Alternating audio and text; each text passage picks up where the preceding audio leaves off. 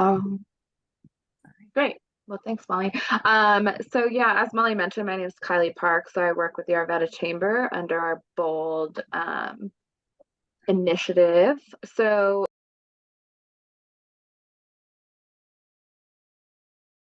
as Molly mentioned, my name is Kylie Park. So I work with the Arvada Chamber under our Bold initiative. So what we're going to be going through today, I want to give like a little background and context to everyone. I think a lot of businesses that we've already started talking to about this program, we constantly hear about workforce being an issue. And then everyone's kind of like, go to a career fair, different things that may be out there. But work-based learning is definitely taking a turn, and it's putting the talent responsibility more on the businesses and upskilling, where it used to be a little more heavier on the school system. So now it's kind of trying to combine the two. So our goal with this initiative is to let you know that you're not lost, you're here, and we're here to support you as intermediaries. So one thing I find, if you've ever worked with grant work before, Molly says it's boring, but I'm sure it keeps her busy and not bored at all. So with this grant, we're really excited to get more businesses involved in this process. And I just want to let you know that we'll talk more about different resources towards the end, because we're not the only one that is supporting these types of initiatives, but our goal is to be the convener and connector to make it easier for you to navigate and know what's out there. So let me go to the next slide. Just a little breakdown. So our goal with our work is definitely surrounding Jefferson County. So the data that you see on the screen today is through Lightcast.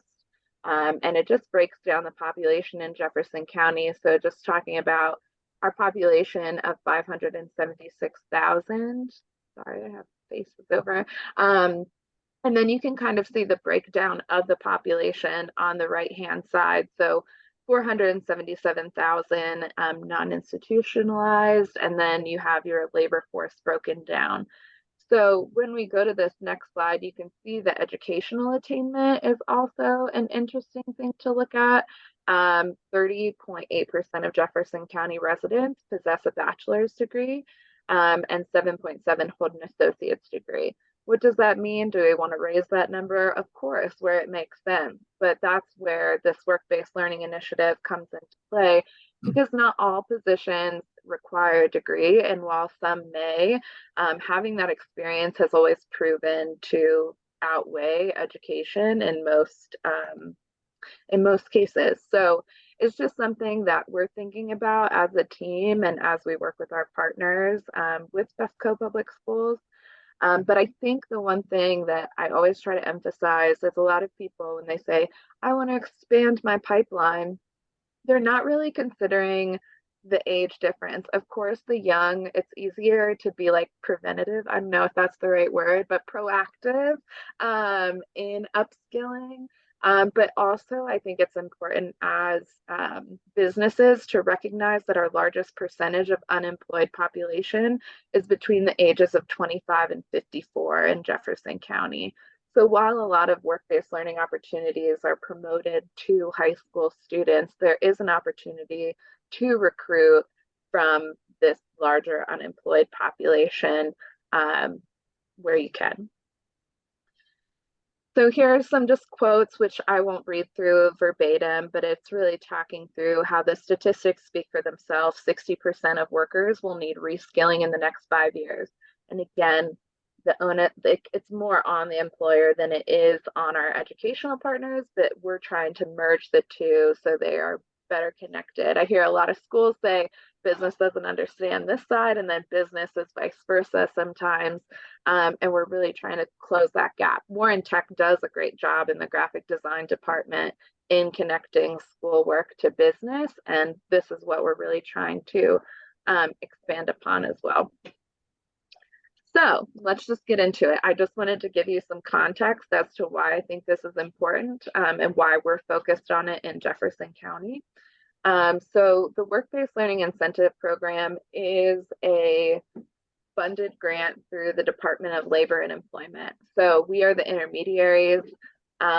This is, I would say it's a pilot program, but we've been vested in it for a little bit. So we've gotten through a lot of the different kinks with the initial set of businesses that applied for this grant. So we'll talk a little through the different categories, and you guys are the new fresh group that gets to hear everything we fought for with the state to get this grant working to make it easier for you to come to this table and kind of get your work-based learning program running. So with the work-based learning incentive, you'll hear this a lot as you get more involved in work-based learning or you hear more about it through the state. There's learning about work, there's learning through work, and there's learning at work. About work, you have really like your low-hanging fruit, and you can engage participants through career fairs, mock interview trials, a lot of the different like panels the school may host, or even Jeffco Business and Workforce Center. So there's another side to this where we target more of that older age group. But then learning through work is where you are doing pre-apprenticeship, internship programs. They're usually temporary, I guess is the easiest way to define learning through work versus learning at work. Because the learning at work side is really focused on apprenticeships and on-the-job training. So we'll get into more detail about each of those.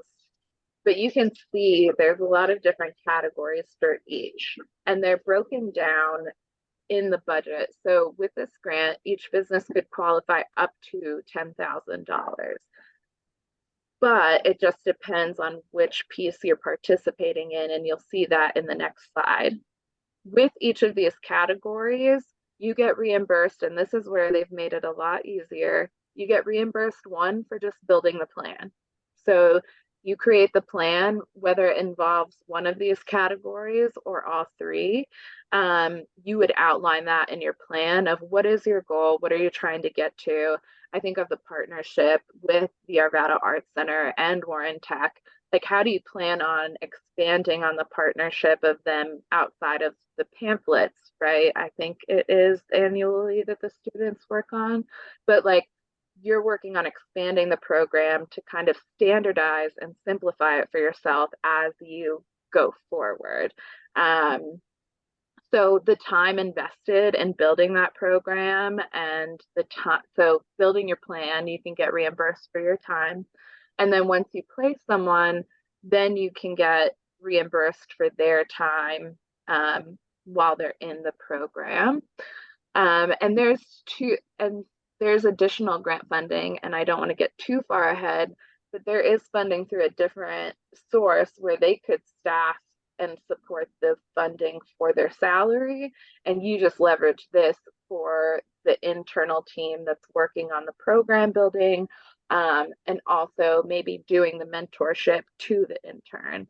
So let's say, Roy, you hire somebody as an intern. You built the program, you're going to get reimbursed for your time. You hire an intern, and maybe you don't get funding through Jeffco. Let's just play that pretend. You hire that intern and you walk them through that entire plan. You can get reimbursed for your time mentoring that intern, or vice versa. If somebody else is mentoring them, you could get reimbursed for their pay, and then also the intern's pay if that is what you choose to do with that type of funding. So this is an employer-focused grant where other funding out there is more employee-based. So that's kind of high level the pieces. And then you can see here the different breakdowns. So learning about work, a max of 2,700 through a max of 67, and then at 10,200. Now this used to be a 10-layered spreadsheet before this conversation. So it's really cool to kind of engage businesses now. And the goal overall is that you build these plans to, again, standardize a process that you can just keep moving with and You can make improvements too, obviously. But once you build these plans, I promise you, because the state is so focused on this, you will also open yourself up to additional funding that is coming through a lot of different avenues for developing work-based learning programs. Um, Now, I'll pause here. Does anyone have any questions? Because that was a lot of info.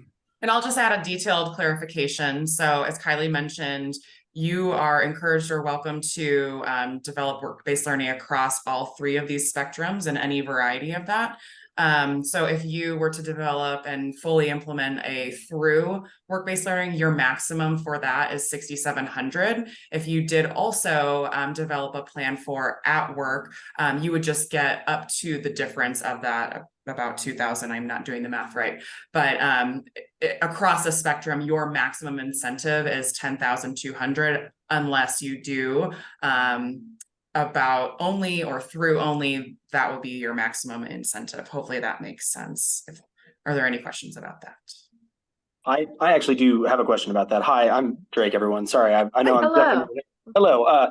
I'm an instructor here at Warren Tech South. I know this meeting is supposed to be for employers, but basically I'm trying to do kind of like a hybrid thing, and I'm talking to the state. I've sent them an email to like the email they have on file about this program, basically asking if this is going to work. But without getting into all that right now and wasting everybody's time, so just to clarify, you just said that so there's like the about work, the through work, and at work. There's the three different tiers. And like, let's say you develop a program that, you know, the program is definitely more of like an at work thing, but maybe you don't get enough hours to get you to that at work thing. Do the incentives kind of like you can mix and match like which lane of incentives you get, right? Like obviously it's up to 10,000, but like if we get some things done for the learning at work, but we don't quite get everything there, we can still get like it does stack sort of. Is that correct?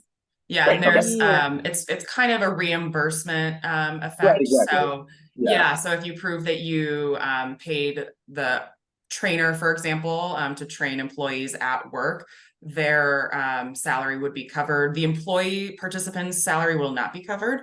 But if you don't meet that maximum for that particular participant section, Kylie, if you would advance to the next slide, for at work, that would be the 3,800. If you don't max that out, then you can also apply for the reimbursement for the other programming and development that you did in the other sections. Perfect. Yeah, because I think the program that I'm envisioning, if it's going to work and if it basically happens the way that I imagine, the plan creation I think definitely meets the $6,000 at work, but I don't know if we're going to be able to get enough people to get us there to 3,800. Yeah. So yeah, perfect. Yes. Thank you. Yes. Yeah, that still counts. Great. Yeah. And it does take, I mean, that's the thing is the effort is in the plan. The state created a lot of different questions to establish like, why do you want to do work-based learning? What does your plan look like? But it's the support documents also that you should consider when you're building your plan. So if it's like an onboarding plan that says they're going to learn X, Y, and Z and going to have this goal along the way. And maybe some of the training happens at school while some of the training happens at a business. It's good to have that plan very clear, similar to like a SOP, I guess you could say, standard operating procedure, so that you can take that and pitch it, but also it's just easier to share information of good ideas and training when it's written down in a plan. So sharing is caring, everyone, and you gotta write it down. Roy, did you have a question? Yeah, what is the definition of rural and what is the definition of a small business? So it's gonna be, it's gonna be rare anyone in Jeffco is gonna be in a rural area, but rural is more like in the mountains, folks who are just minimal population. And then small business, I was asking about this the other day. Molly, did we get clarification on that? 25 and under. So those are additional incentives, which is pretty cool too. So So the state has developed a guide around the quality, they call it expectations of what a work-based learning experience should entail.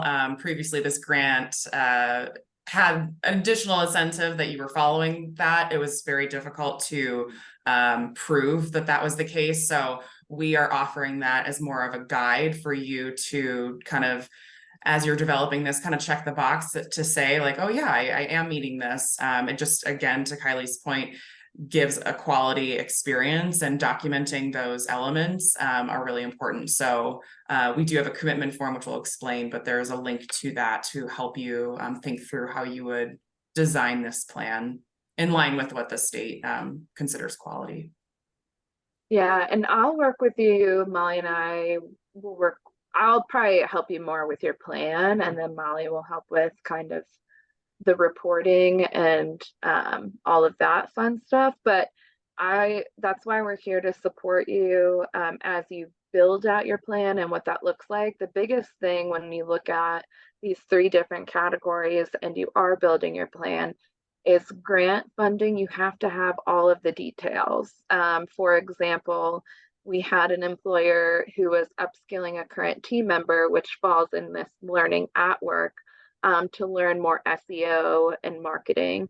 And she had to purchase some equipment, which was great, but it had to be written in her plan that she had to purchase that equipment for it to be reimbursed. So when we make these plans together, we'll make sure that that's all detailed, whether you choose to do one category or all 3. It just needs to be outlined as to how you're going to accomplish each of those categories. So what does the journey look like? So you obviously put your interest out there, and that was the first step, and you're attending a live virtual session. So from here, once we're finished, we'll obviously send you a recap of everything we discussed. The first step to kind of getting things moving is filling out the agreement form. The agreement form just outlines kind of high level what your plan is and some of those things that Molly was talking about. Once that agreement form is filled out, then it goes to state approval. That usually takes less than 24 hours to do that. And once you get approved through the state, and it's hard not to unless you're an uninsured business or you are already tapping funds from this funding. So for example, Drake, if you emailed the state and they already assigned you to somebody different, then that might happen if you try to apply through the state already. But if you didn't, then we would kind of support you through this process. So once it goes, I'm sorry. Can you say it one more time? So you're saying that that there's like specific people assigned to these grants? yeah, so we have our like agreement process as intermediaries, and like the state has their centralized. It's kind of like there's 5 different intermediaries throughout the state. So if you applied through the state directly, they have their process of like dispersing the centralized applications. Whereas we also have the authority, or like, I don't know if authority is the right word, but we have the intermediary duty of taking interest, and then those just automatically are with us to disperse our funds. Because we do only have $400,000 for our group to disperse. So that's where each intermediary is responsible for that amount. Okay, got it. To get rid of. We can't keep it. And so we have to get rid of it. So that's the whole thing. If my plan works, I will gladly take as much of it as I can off your hands. Yeah, see, that's what we want. But from there, fill out the agreement. We go to state approval.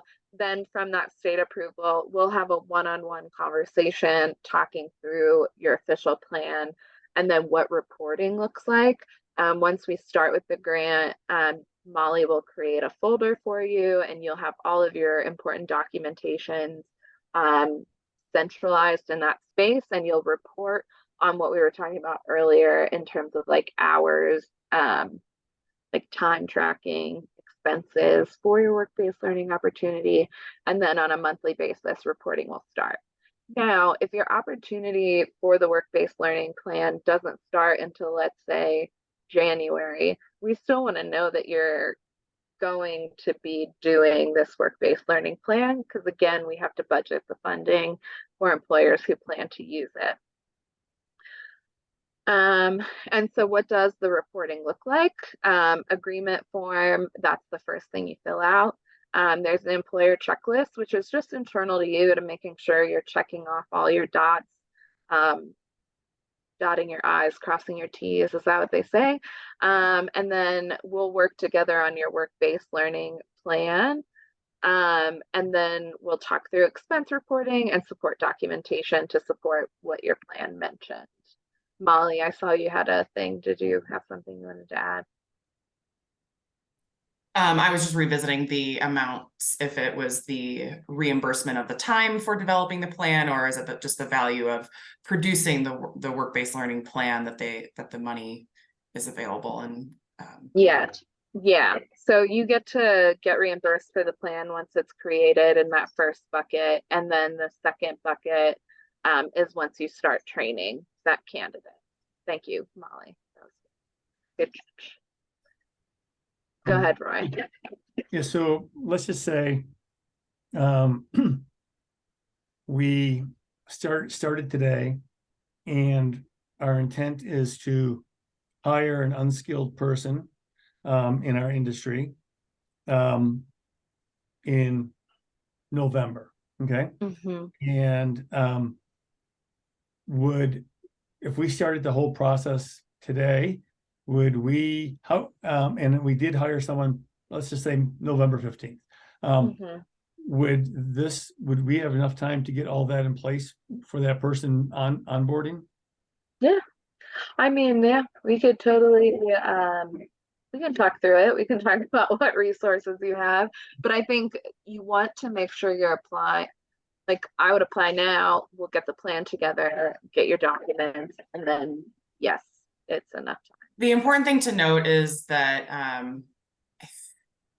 think that we are attempting to get this grant extended to the end of next year. So if you need more time to develop your ideas, but the goal is that we have $400,000 to get rid of, and it's a first come, first served basis. So if you apply, you will have that reserved.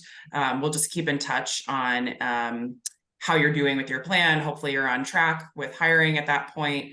Develop your plan now, and then later on hire in November. All of that would be covered.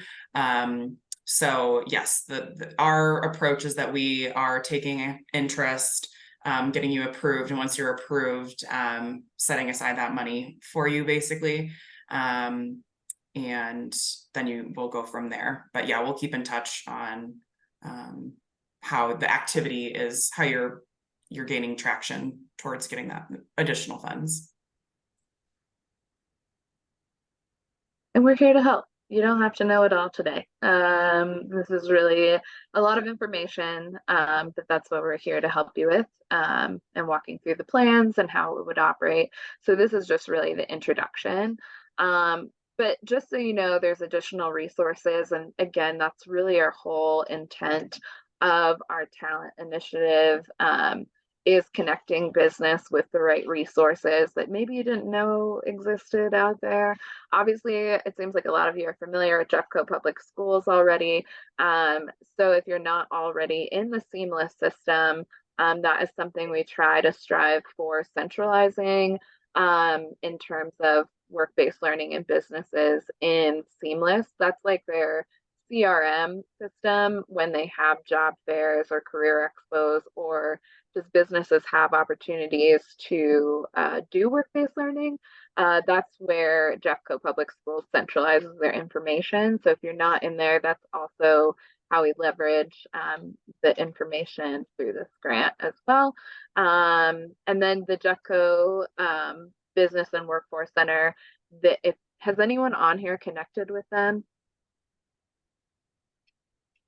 Okay, that's like we're at 100%, which is great. I mean, it's not great. We don't want them to be the best kept secret, but they do have support for businesses and other additional funding that is out there. So another thing that we'll talk about when we build your plan is what other funding Jeffco offers. for your business, because they have funding that they have to get rid of too. And if you pay your taxes, that's what I say, you might as well go for the grant funding, but just know that it is tracking.